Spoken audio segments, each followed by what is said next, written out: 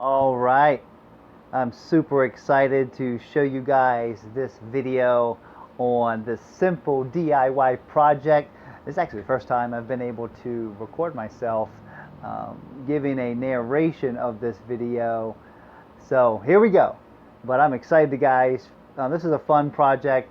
We had a space that really over the years on this property that we bought, we weren't 100% sure of their exact use of it. There was a garden at one time. It looked to be originally a pool kind of landing area.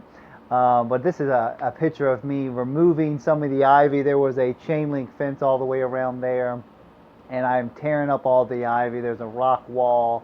Finally get it cleared out, which was awesome. And then a couple months of just thinking through things and figuring out exactly when I was going to do this project. That's my son Lucas.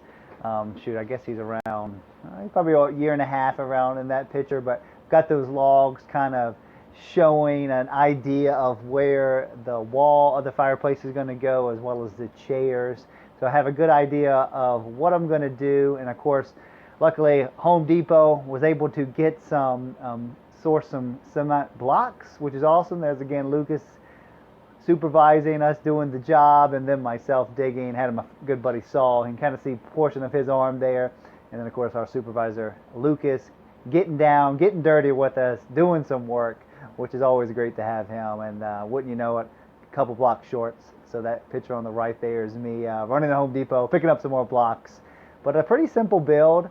And I definitely recommend this. This is put together with construction liquid nails that had some high heat abilities, and then some just regular 4x4 posts. But a simple project that came together pretty nicely. Again, done for under $100. Started to add some flair to things, some market lights. Again, just utilizing this space. For me, this was a simple project, DIY. I had a great location for it. And it's been a blessing to my family and I to sit underneath the stars and look at the stars while we're underneath a warm bonfire, which is great.